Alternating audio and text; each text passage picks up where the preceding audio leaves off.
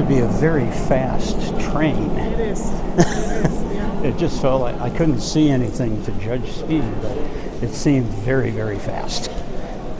Well, from my experience, I can tell that it's faster than in Prague, Warsaw, definitely. Uh-huh. Even Berlin, but obviously the train that is railway train is faster in Berlin, but the subway is not so fast as our metropolitan. So this is what I promised for you to show how deep the subway is. Okay. If you can give me, I can take a video from that side. Load this. Very far away. So we are... You can stand here and you can see the end. You said Глибоке 100 метро. meters?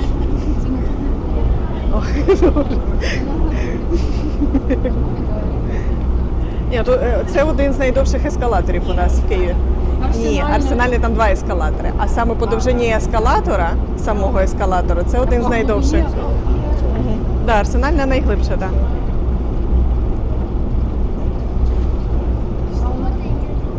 Аляска.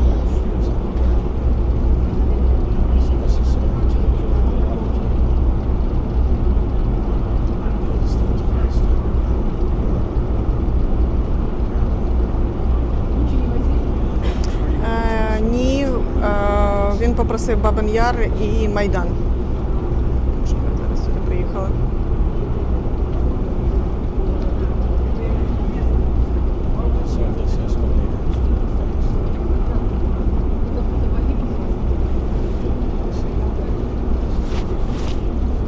Хвилин 20 тому з ним зустрілася, так що я ще не встигла.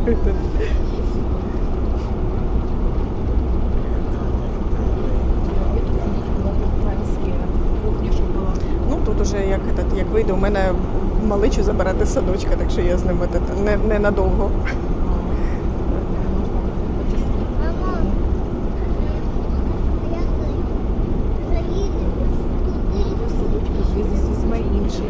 О, ні, у мене чоловік служить, я сама нянчую тут малих, так що тут уже як встигаю. Impressive, huh? Wow.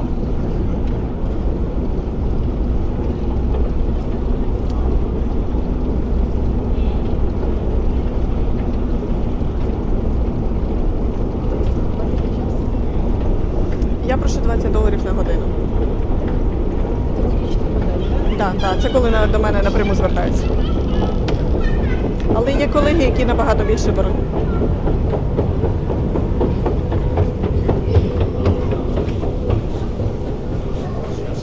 It's not the end. See, we have the second one.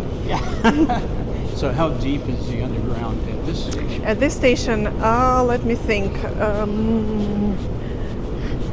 I guess ish 80. Oh, so it's not as deep as the one we... No, the one that is the deepest is 105 meters, and it has two long escalators. Two long. This one has a long and a short one.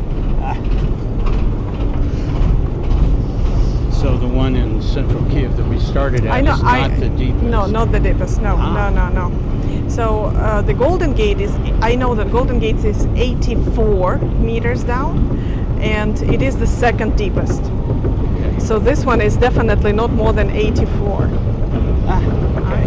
So here we are. Right, very bright. I think we're going to have decent weather.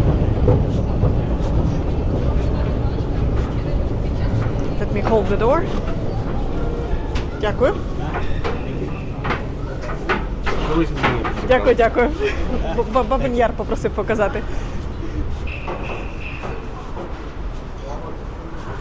Дякую, слава Україні.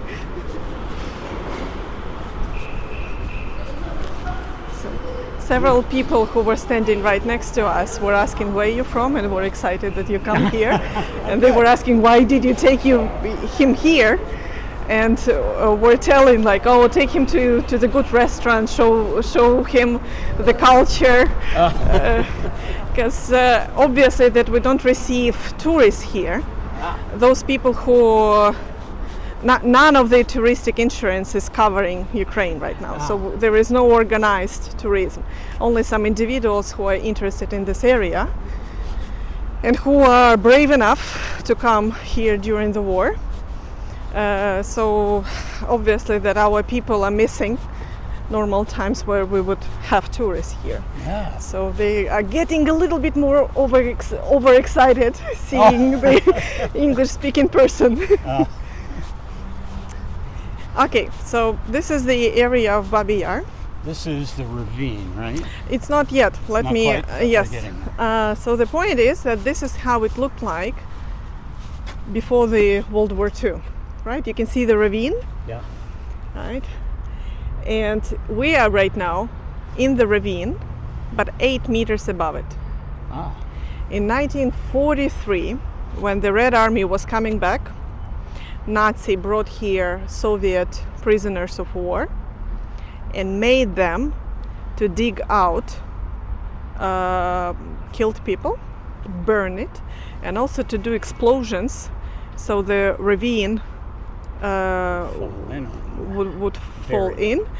And plus, after the World War II, this ravine was used for leftovers of the brick factory, and it was covered with mixed water, brick, cement, the things that are you don't need in industry, like left after you make the brick or whatever. And that was till 1961. In 1961, the dam that was holding that crushed, and it covered the part of the city. At least 1,500 people died because of this flood. And after that, Soviets decided to cover the ravine with soil and to build residential area. So this is also the part of the ravine. But as you see, it's residential part. So the story is that if to talk about 90 years ago, right? Let me find the photos that can help you to understand.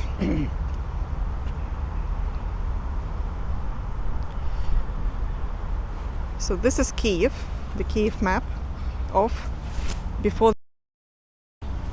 And the red, what you can see, ravine, the red point, right? Oops, sorry, big. not that. Yeah. And this is how it looks right now. The city has grown. All around it.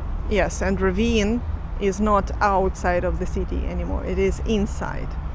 But the point is that because Soviets of war, the Nazi made them to burn it. Yeah. Plus the explosions of the ravine, plus this brick history that I told you about. So we simply are walking not in the same way as it was 90 years ago. All these trees that you see are not the witness of the tragedy. Growth. They knew, yes. The Soviet memorial, we are standing right here. The Soviet memorial was opened here.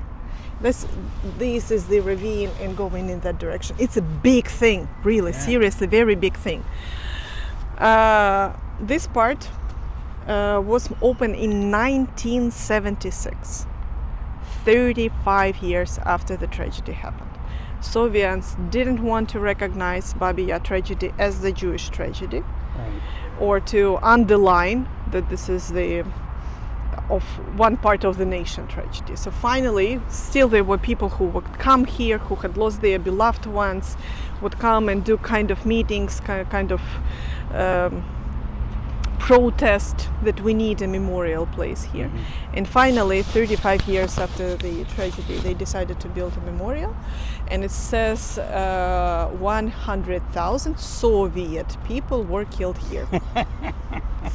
So what we know about the Jewish tragedy? For 2 years of occupation, for 2 years of Nazi occupation, that was definitely a place where we killed Jews, mentally disabled people, gypsies, prisoners of war, Ukrainian nationalists, whatever Nazi decided.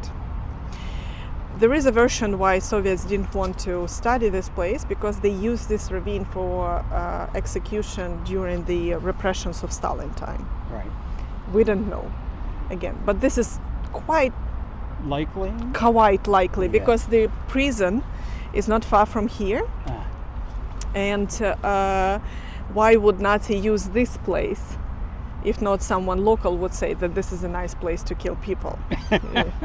if we can use this. Anyway, so this was called Memorial part, and that was Memorial in the Soviet time since 1976. Okay. In my childhood, this part was called Park of what is the word I'm looking for?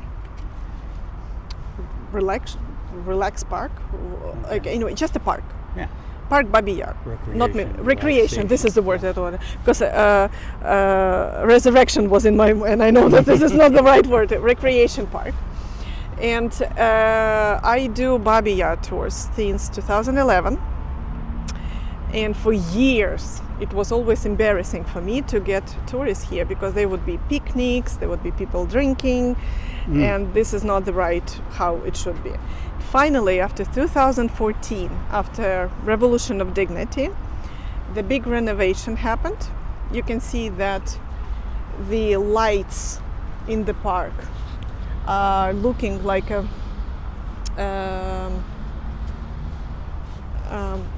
fence in we will go there, like a fence in concentration camps. Oh, okay. You know these things. Yeah. Plus we have all these explanations that this is Memorial Park, please behave in the proper way. Explanations like this with historical marks in 3 languages. So I personally tell you how dramatically this place has been changed for the last 10 years.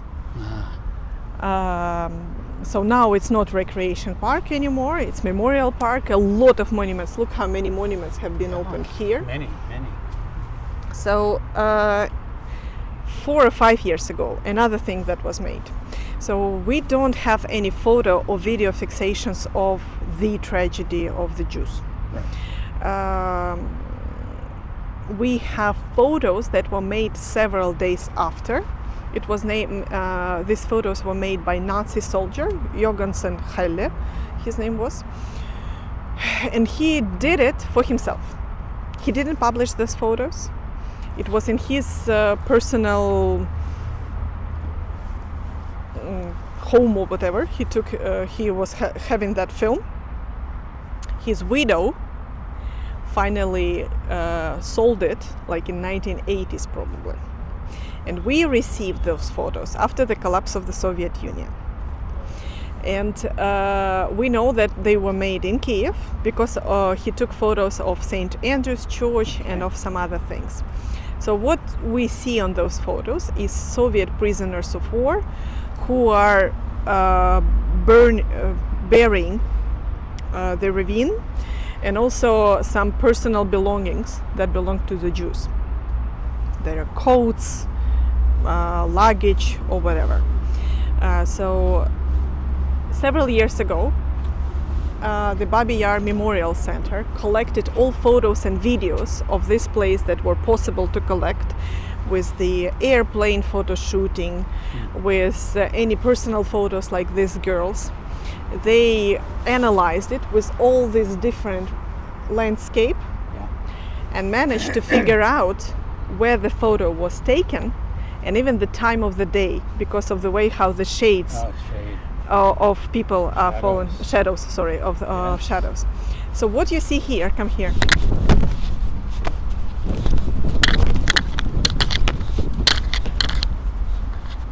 You can see where the photographer was standing, and you're looking in the direction how he takes a photo. The only difference is that you need to be 8 meters down, because the ravine is covered right now.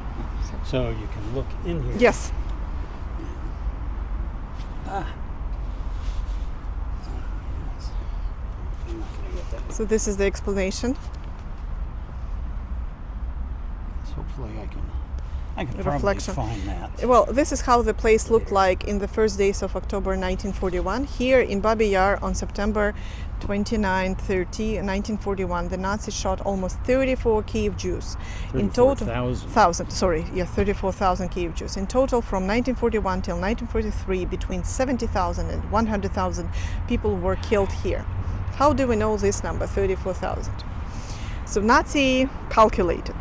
They kept good records. For some reason, they didn't take records about gypsies killed here, but they counted mentally disabled people. We know the number, and they were the very first one who were killed in Babi Yar, because not far from here is mental health hospital. So these were the first victims of Babi Yar. They counted 33,000, if I'm not mistaken, 771 Jews. Can be mistaken in some one number, but they didn't count kids till the age 5. So this is why we are writing here 34,000, but I guess it's more. And when I work with teenagers here, I'm asking them, 34,000, that's a lot. It's a big amount of people. Yeah. And even when you are surrounded with people with weapons, why you don't do the uprise? Right. Why don't you try? Yeah. And usually they're like, you're afraid. And then I ask, where are the men?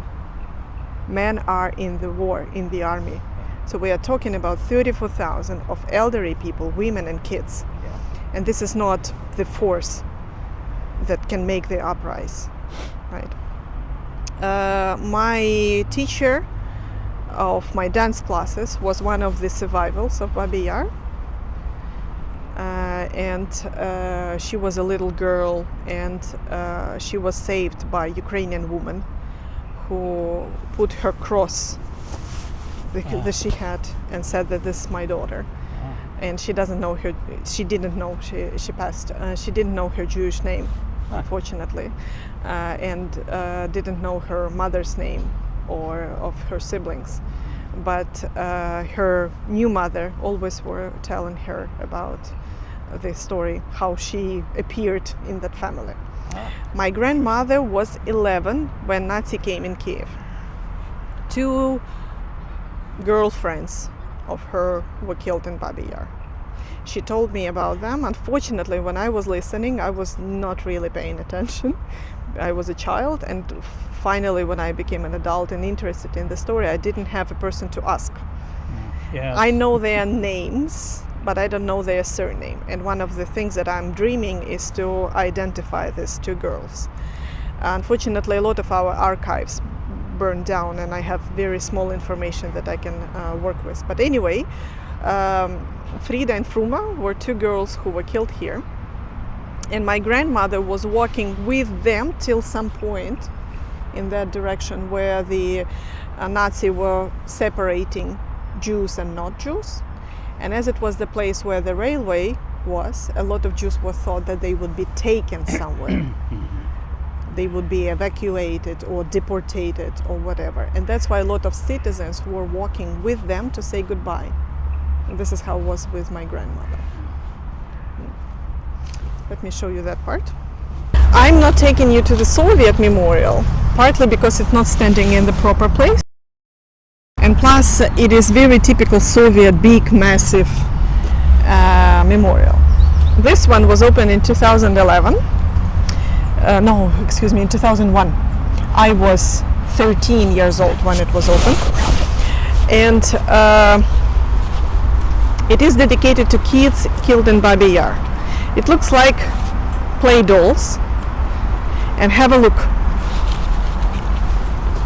Right here, you can see the gunshots. Here and there. You see that it has the gunshots right here. And these dolls are standing right next to this that is symbolizing the ravine. At that it was not allowed to write dedicated to Jewish kids killed in Babi Yar. It's written also to the kids. Just the kids. Yes. Whatever the political issue. But the author of this monument made this. Come here.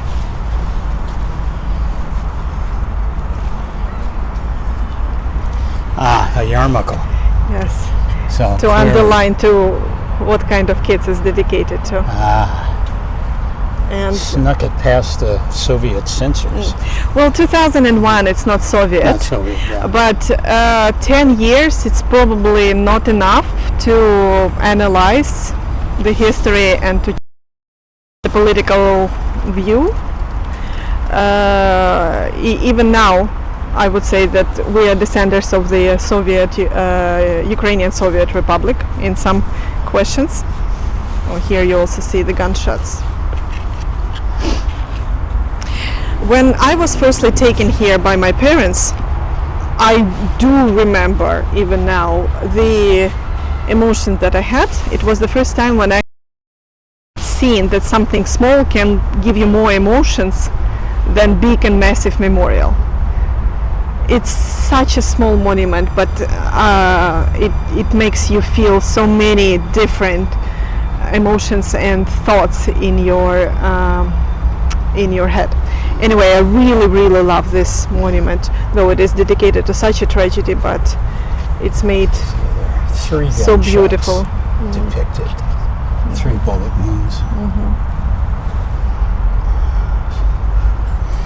Be careful. I first learned about Babi Yar long ago because of a poem by the Russian Yevtushenko. And it's been so many decades since I've read that. I don't remember the poem. I'm going to have to There look is it no up. memorial above the Babi Yar. Yes, it is a very well-known poem. In the United States, we have a group of small but still vocal group of people who are Holocaust deniers. Oh, really? Yeah, can you believe that? Do you have anything like that here, or does everybody? I have never heard truly the person who would deny Holocaust. I would meet people who still anti-Semitic, Yes.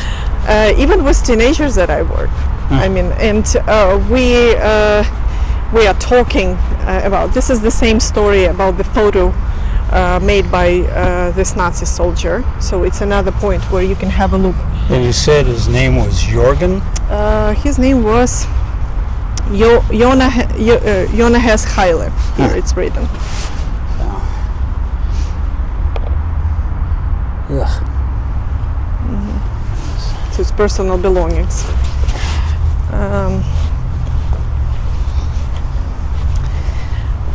A couple of days ago, the teenagers that I had, I asked them, what do you think is, are the Jews a local tribe, the rooted local tribe that lives in Ukraine? Right? And they say, probably not. I said, okay, do you call yourself rooted in Kyiv? Are you born in Kyiv? And they say, yeah. Your parents born in Kyiv? Yes. What about the grandparents? No, they are born other. But you call yourself rooted. Yeah. 2 generations. Yeah. And here, people live for 1,000 years. Yes. So, and, well, okay. And you see that when you explain, sometimes not emotionally but logically, person can change their point. You know, their point of view. And with teenagers, I would say that in many cases, it's not their thoughts. It's thoughts of their parents or families or probably or elderly friends. Yeah. Right? And they repeat after them. Obviously, teenagers are already they would have their own thoughts. But I can be the source for them for another information. Yeah, that's good. Many decades ago now, I think in the 70s, maybe 80s, I saw a documentary. I think it was produced in Ireland by BBC, and they were studying. It was a longitudinal study over several years with families who were having children, and they had both Protestant and Catholic families involved. And what they discovered was that as early as age 3, children were absorbing prejudice. So kids in Protestant families who were anti-Catholic by age 3 or 4 would start repeating that same stuff. It was ingrained in them and how they learn the language. And the same for the Catholic families that were anti-Protestant. Their prejudices were passed directly on to their children, again, as early as ages 3 or 4. And I wish I could find that documentary. I've searched for it several times, but I have not been able to find it. I don't know, it was so many decades ago. I can't a lot of times remember yesterday or this morning. So remembering what that was, it would be really great to see that and broadcast it in the U.S. It's all in English and people can relate to it.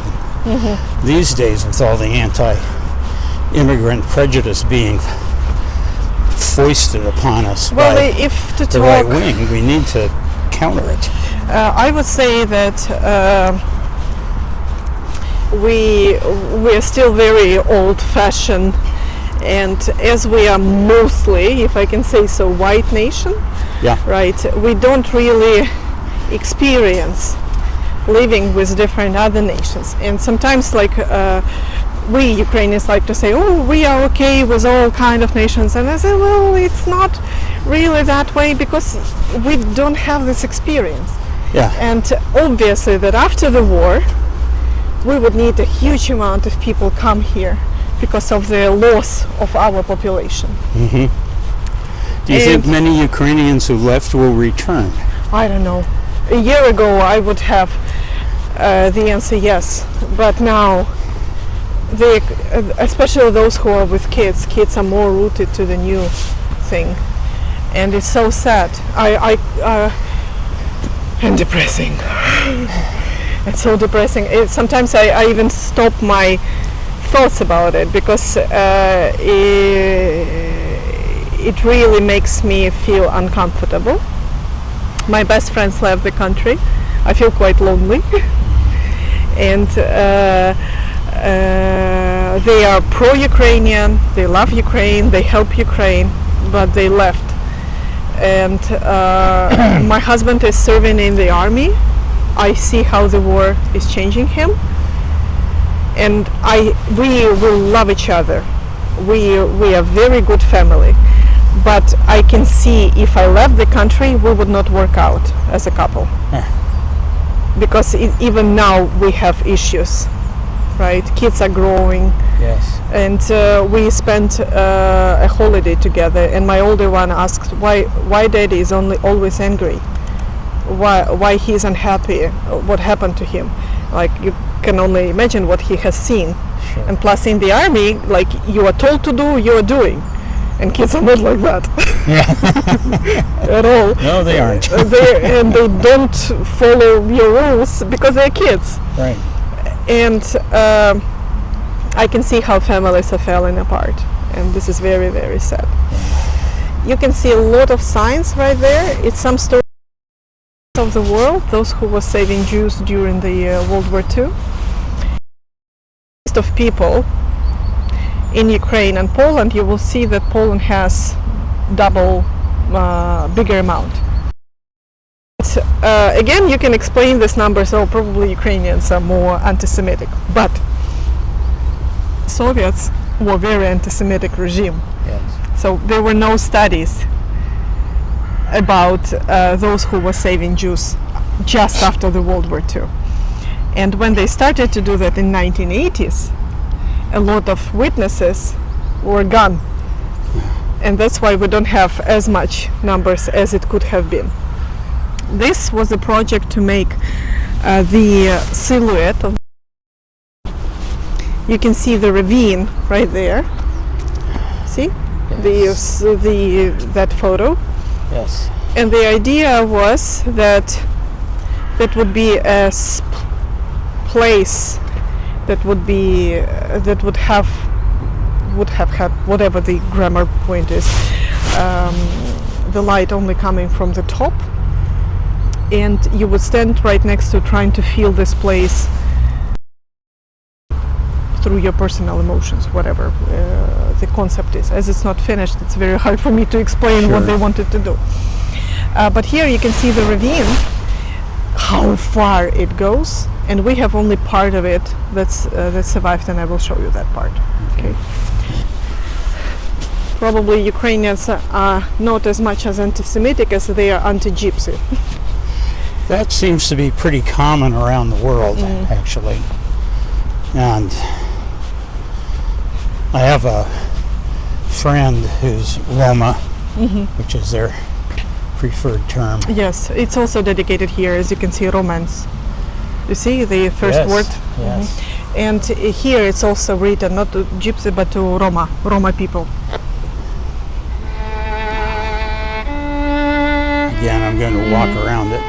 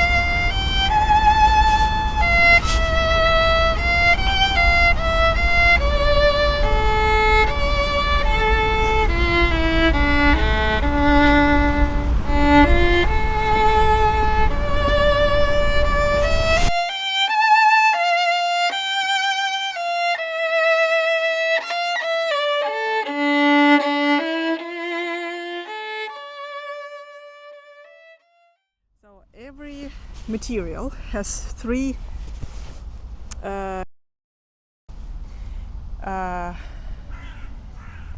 liquid, yes, the strong, and the, how it's called, the smoke, the air. Anything can be in three conditions depending on the temperature that you put it on. And you know that the stone itself, it's very hard to melt, and the crystal. So the idea is that crystals holds more memory because it's harder to destroy it. People who do believe in zodiac signs and all of that, each zodiac would have its own stone that is better for the zodiac or whatever. So the point of this object, that you stand, you find the one that is good for your height, you put your forehead to one crystal, your heart or your chest to another one, and the third to your belly. So this is chakras. where the chakras are. Yeah. You close your eyes, you listen to the sound of the wind, of the weeping wall, and you try to find emotions, what these feelings are giving you, and trying to understand this place from the physical point of view. Modern art is quite interesting. And that was very new for our understanding, because we are coming from of the area of the big massive monuments, monumentalism of the Soviet time, and this is very new for us. But I can tell you that with young generation, this works even better than the monument to the kids dedicated. And I can see that younger generation is more about these personal feelings than the history itself. Another object I like more, I understand it more. It's called the crystal field or the reflection field. So it is made of metal as shiny as the mirror. The floor of this construction and the columns of this construction are shot with the same weapon as it was used in 1941. So you come closer and you see your reflection with gunshots. We know some of the names of people who were killed here. And their names are put in the sounds. Depending what letter is, how high or low the sound is. And the dynamics are in the floor. So when you are standing on this thing, hear the sound? Yes. The vibration of their names is getting through you. Very interesting object. Let's see. Get this.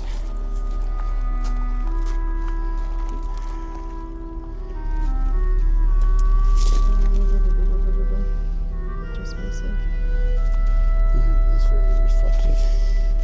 So here one meets oneself and sees their reflection riddled with bullet holes. The installation is open 24/7. At night, the light and sound of memory passes through the holes. The translation of the names of the deceased into sound is made by a unique algorithm based on the principle of gematria, whatever it is, or gematria. Each letter in the Hebrew alphabet has its own corresponding number.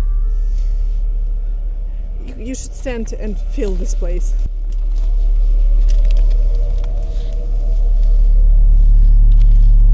Feel the vibration?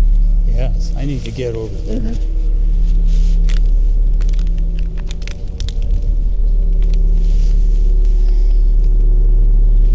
Ooh.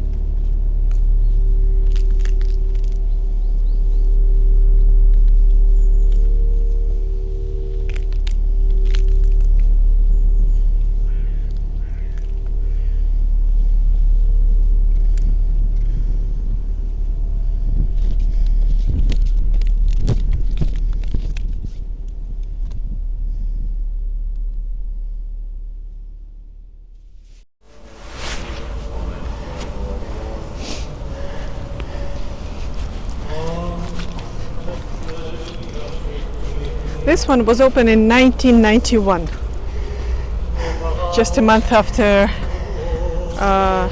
independence.